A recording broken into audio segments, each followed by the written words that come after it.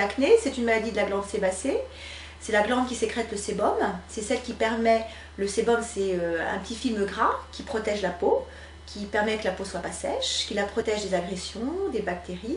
Et avec la grossesse, eh bien, il y a une augmentation des hormones circulantes, ce qui fait que les glandes sont plus activées, plus stimulées.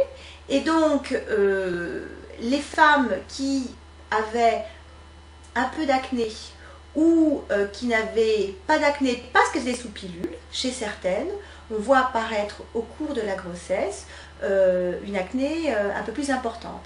Et là, je vous dirais la même chose, quand j'ai des patientes qui sont acnéiques et qui posent la question en disant « mais quand je vais être enceinte, comment ça va être ?»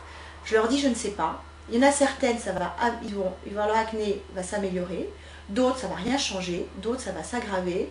Et on est pour l'instant incapable de dire, de savoir en voyant une patiente en début de grossesse, si elle va aggraver son acné, si elle va l'améliorer ou si ça ne va rien changer. Pour ce qui est des traitements, eh bien, il y a, je dirais, très peu de traitements autorisés. Par la bouche, on peut utiliser le zinc. En traitement local, on utilise des vieux médicaments qui sont les peroxydes de benzol ou éventuellement les acides de fruits. Mais tout ce qui est des crèmes à base de vitamine A acide, c'est fortement proscrit, interdit.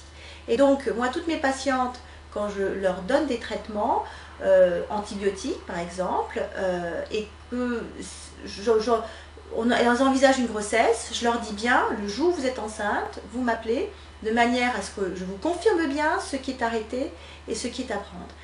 Les risques des traitements locaux sont minimes, mais le problème, c'est le principe de précaution extrême.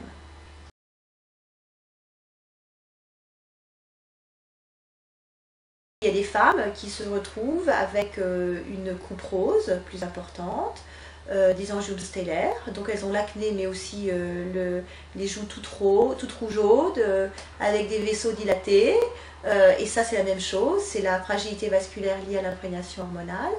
Ou pour ça, ce qu'on conseille aux femmes, c'est après avoir accouché, d'attendre un petit peu.